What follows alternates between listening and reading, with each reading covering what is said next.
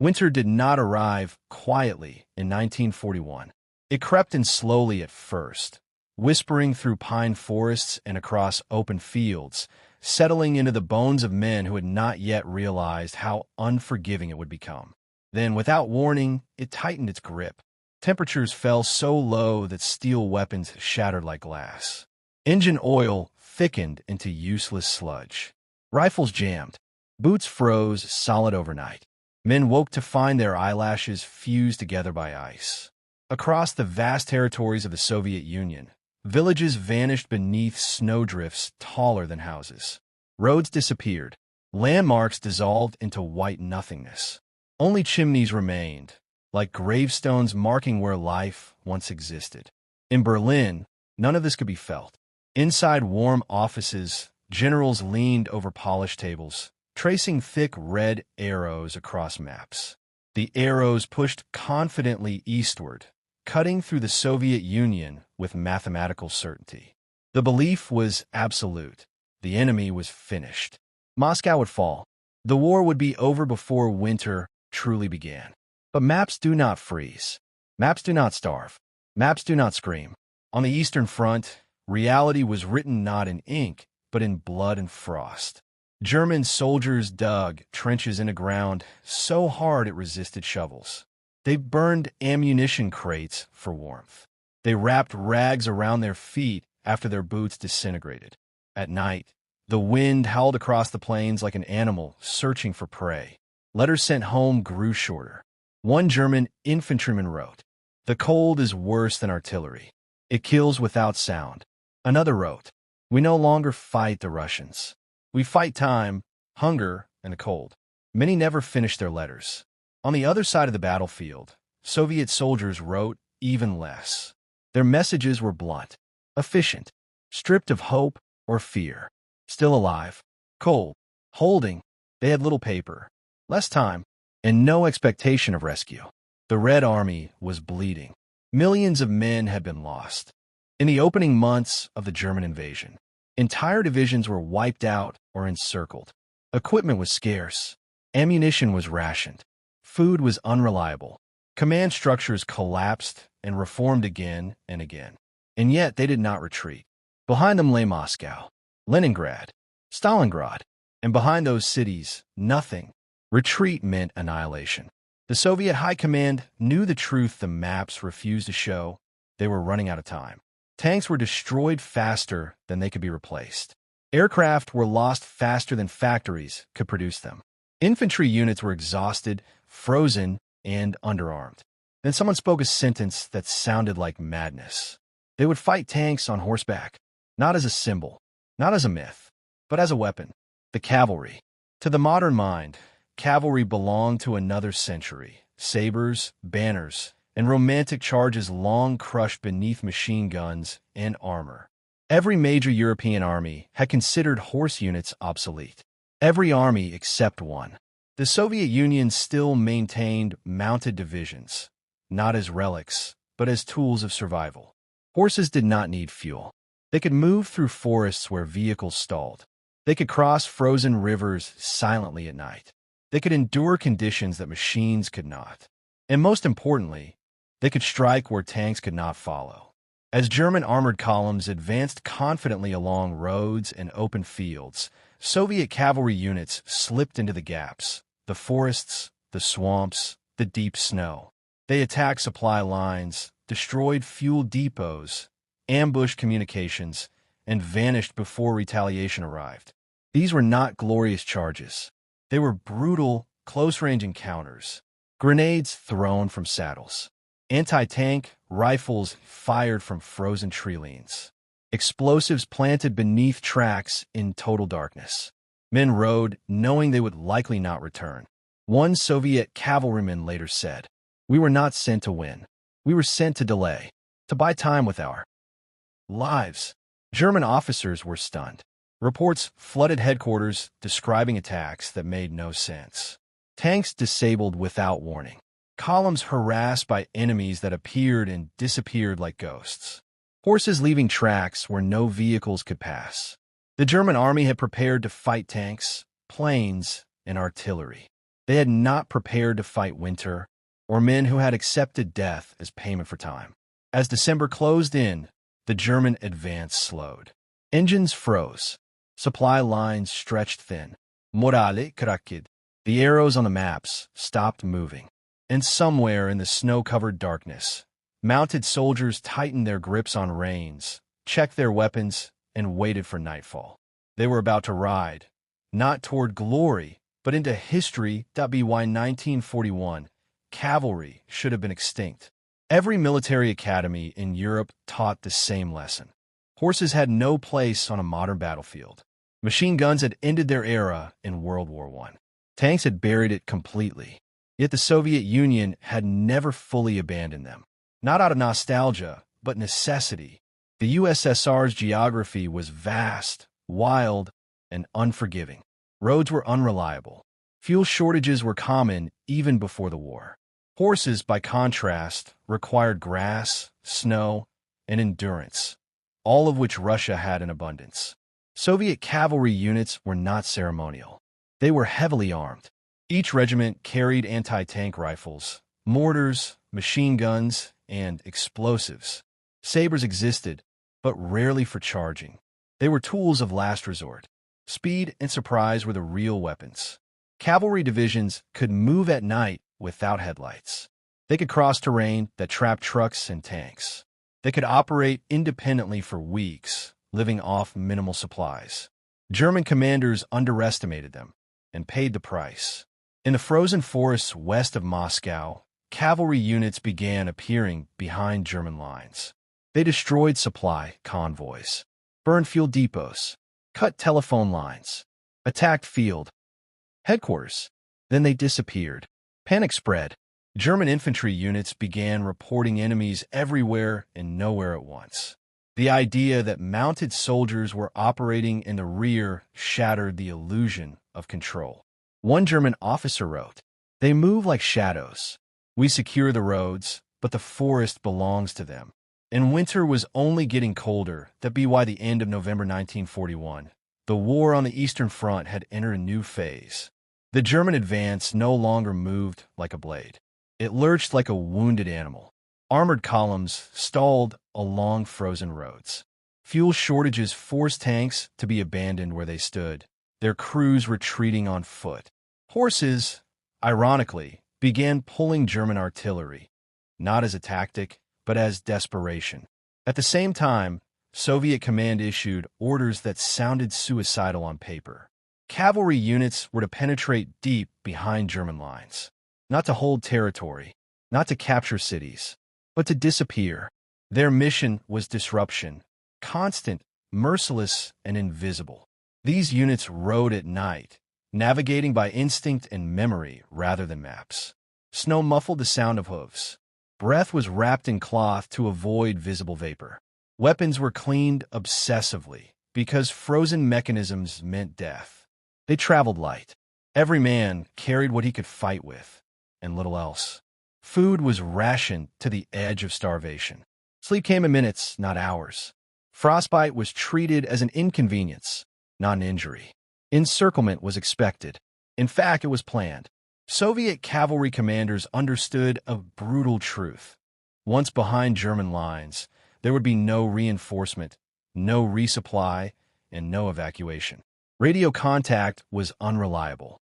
Extraction was unlikely. Survival depended on movement. If they stopped, they died. One cavalry officer later recalled, "We did not ask how to return. We asked only how long we could keep riding." The Germans first noticed something was wrong when supply trains failed to arrive. Fuel convoys vanished. Ammunition trucks burned in forests that were supposed to be secure. Field kitchens were found destroyed, their crews gone without a trace. At first, German commanders blamed partisans. Then came the reports that made no sense. Witnesses described mounted soldiers attacking machine gun nests from unexpected angles. Anti-tank rifles fired from tree lines where no infantry should have been able to reach. Explosives placed beneath rail lines far beyond the front.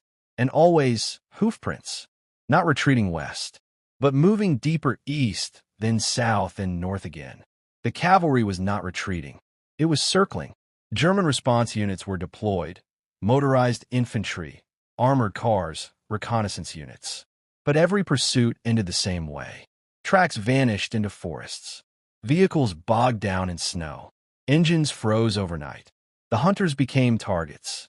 Cavalry ambushes were swift and precise. They struck the weakest point, inflicted maximum damage, and vanished before return fire could be organized. There were no heroic charges. Most engagements lasted minutes, sometimes seconds. A grenade thrown into a truck. A rifle shot through an engine block. A sudden burst of machine gun fire, then silence.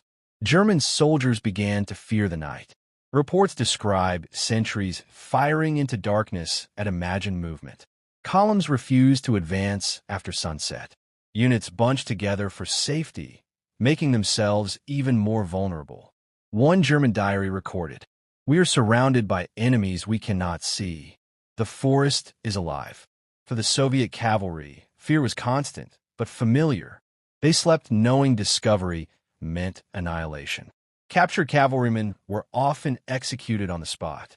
Horses were shot first, forcing riders to watch before dying themselves.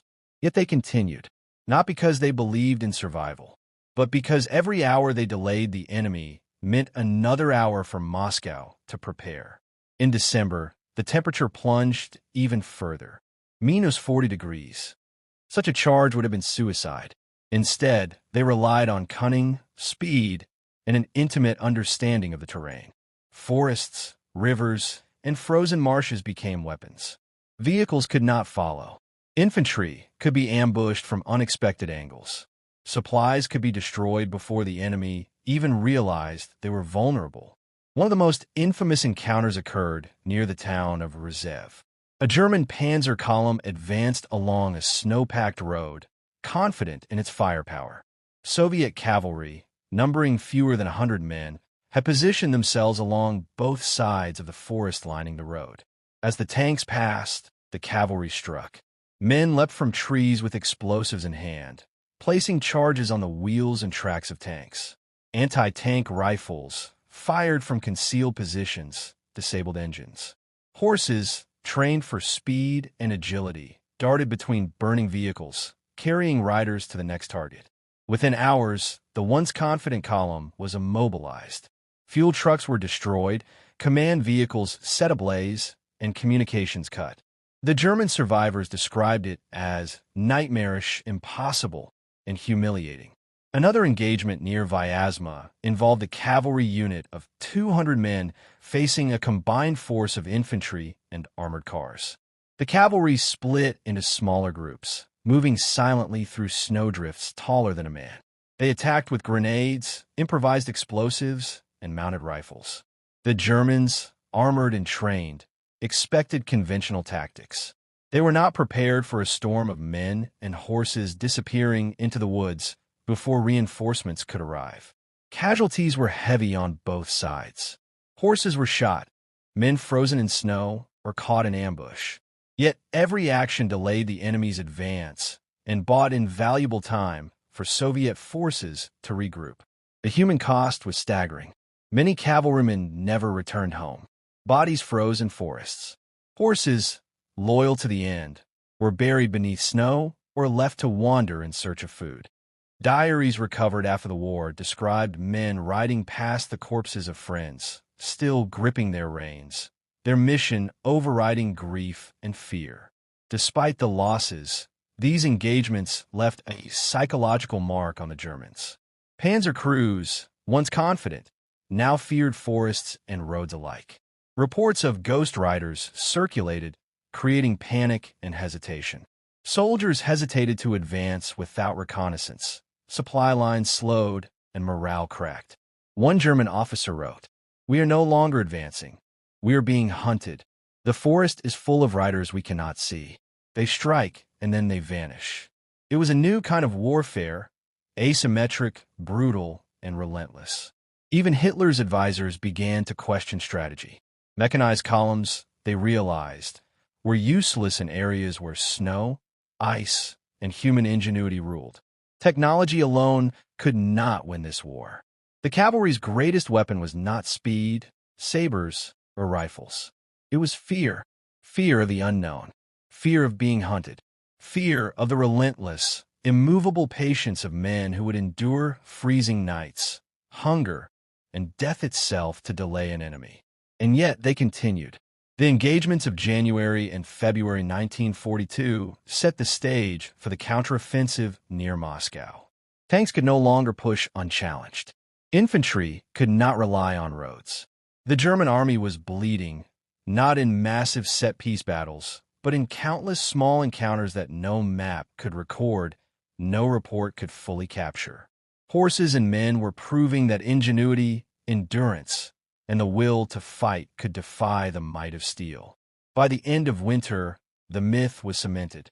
The Soviet cavalry, once dismissed as obsolete, had become a symbol of resistance, a reminder that courage and sacrifice could shape the course of a war, even against impossible odds.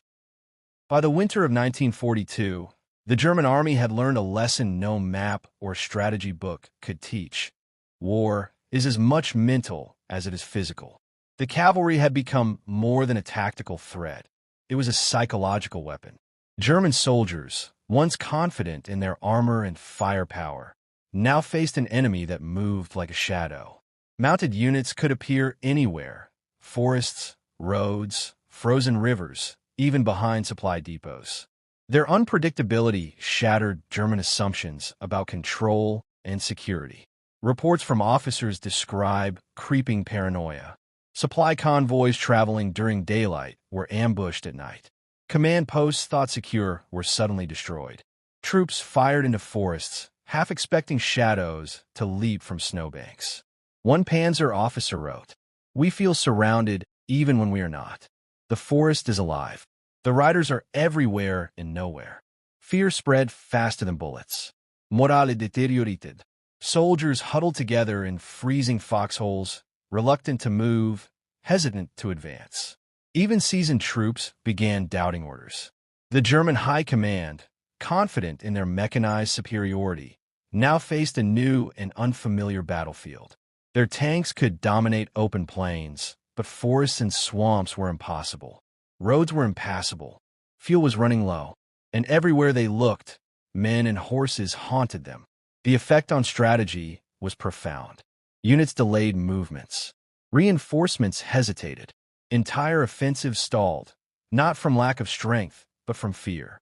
Psychological warfare had been delivered not by propaganda or radio, but by the hoofbeats of cavalry riding through ice and snow. Historians later noted that this fear was as important as any battle. It caused mistakes, hesitation, and disorganization. Small cavalry units had created an outsized effect, leveraging fear and unpredictability to disrupt the most formidable army in Europe. Even German reports acknowledged it. The cavalry operate with impunity. They do not fight like men, they fight like ghosts. Their presence alone is enough to paralyze our movements. Meanwhile, Soviet commanders understood the psychological advantage they had gained. They did not need to hold the field with cavalry. They only needed to be a constant threat. Every ambush, every disappearance, every sudden attack reinforced the idea that the German army could never feel secure, never rest. It was warfare redefined, fear and endurance replacing numbers and artillery. The effect extended beyond the front lines. Civilians, already wary of occupation forces, whispered of rider ghosts haunting frozen forests. Letters between German soldiers described sleepless nights, sudden attacks, and the ever-present dread of a cavalryman appearing from nowhere. By the time the snow began to melt in March 1942, the German advance had slowed dramatically. What had been a confident, unstoppable push toward Moscow was now a cautious, measured, hesitant movement, and the cavalry, though depleted in numbers, had succeeded beyond expectation. It was not just physical survival that mattered. The mind of the enemy had been tested, shaken, and broken. Victory was still uncertain. The Red Army had not yet reclaimed Moscow. Entire divisions had been lost, but the Germans were no longer invincible. The myth of mechanized superiority had been punctured by men on horseback, riding through impossible conditions, living off snow, ice, and sheer will.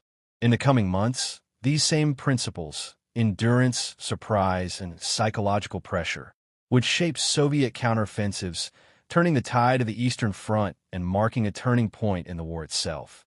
By early 1942, the story of men on horseback disrupting the most advanced army in Europe was no longer anecdote. It was fact. The mounted cavalry had achieved something that no maps, no plans, and no overwhelming firepower could. They had altered the strategic landscape of the Eastern Front.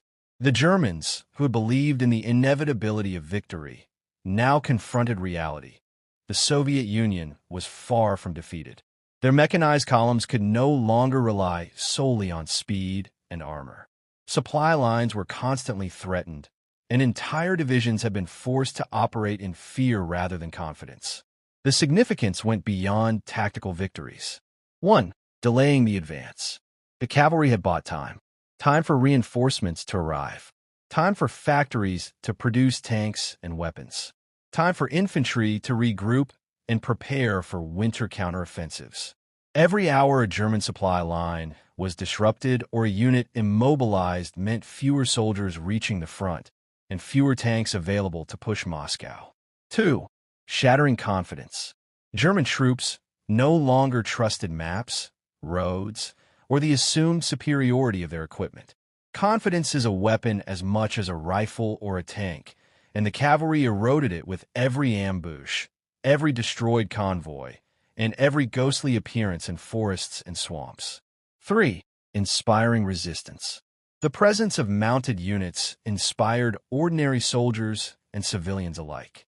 It reminded them that ingenuity, endurance, and bravery could turn the tide against overwhelming odds. Rumors of cavalry raids spread quickly, giving hope to some and fear to others. Morale is fragile, and the cavalry exploited that fact masterfully. 4. Forcing strategic overreach. The Germans were forced to divert units to secure rear areas. Panzer divisions that could have been concentrated for offensives were tied down, protecting supply lines.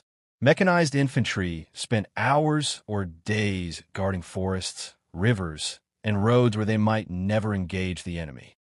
The operational tempo slowed dramatically. 5. Redefining modern warfare. Most importantly, the actions of the cavalry redefined what modern warfare could be. The battlefield was no longer just tanks versus tanks or artillery versus infantry. It became a multidimensional space where adaptability, speed, and psychological pressure could outweigh firepower. Horses, considered obsolete relics, had become instruments of strategic influence. Historians later noted that these cavalry raids were instrumental in shaping the Soviet counteroffensive at Moscow. When the Red Army struck in December 1941 and January 1942, they did not do so against a fully prepared, confident enemy. They did so against soldiers weakened by fear, isolation, and constant disruption. The cavalry had created conditions that amplified the effectiveness of a counterattack. Without their sacrifice, the German advance might have reached Moscow before winter, changing the course of the entire war. The story of these horsemen is not one of glory or heroism in the traditional sense. They did not conquer cities or capture flags. They endured, they struck, and they vanished, leaving the enemy uncertain and disoriented. Their victories were measured in delays, confusion, and shattered confidence, yet the impact was profound. By the spring of 1942, the legend was complete. Men on horseback had stood against tanks, mechanized divisions, and the coldest winter in memory, and had lived to see the tide of war turn. As the snow began to melt and spring crept over the Eastern Front in 1942, the riders who had faced tanks, machine guns, and the brutal cold were gone, scattered, or forever changed. Some had survived, frostbitten and starving, yet still alive to tell their story. Others had perished quietly in the forests, their names recorded only in diaries, whispered in letters, or etched into frozen ground. Their horses, loyal to the very end, either returned to stables or vanished into the wilderness, leaving only tracks in the snow as testimony. The battlefield was silent now, but the echoes of their deeds remained. The German advance had slowed, the tide of war had shifted, and Moscow had been saved from immediate capture. These outcomes were not the result of tanks, bombs, or artillery alone. They were the result of endurance, courage, and human ingenuity in the face of impossible odds. Historians would later write of the Ghost Riders, men who fought without expectation of glory, who struck where least expected, and who vanished before the world could fully see them. They were a living reminder that war is not decided by technology alone. It is decided by the will to endure, to resist, and to fight against overwhelming odds. In classrooms, in books, and in documentaries, the story of these cavalry units has often been overshadowed by the scale of mechanized warfare. But to the soldiers who faced them, to the commanders who feared them, and to the historians who pieced together their deeds, they were more than a footnote. They were proof that courage can bend history, that ingenuity can defy the mighty, and that even in the coldest, most desperate conditions, humans, mounted on horses, could shape the fate of nations. And so, as the Eastern Front settled into the rhythms of a new, mechanized war, the riders disappeared into legend. Their hoofbeats faded into the silence of snow-melt rivers and thawing forests. Their faces were lost to time. Their sacrifices, immense yet unseen, remained a testament to the resilience of the human spirit, a silent, enduring victory against the forces of steel, fire, and ice. History remembers the tanks. History remembers the generals. But somewhere in the snow-covered forests of 1941, the horses and their riders continue to ride, forever haunting the maps that never bled.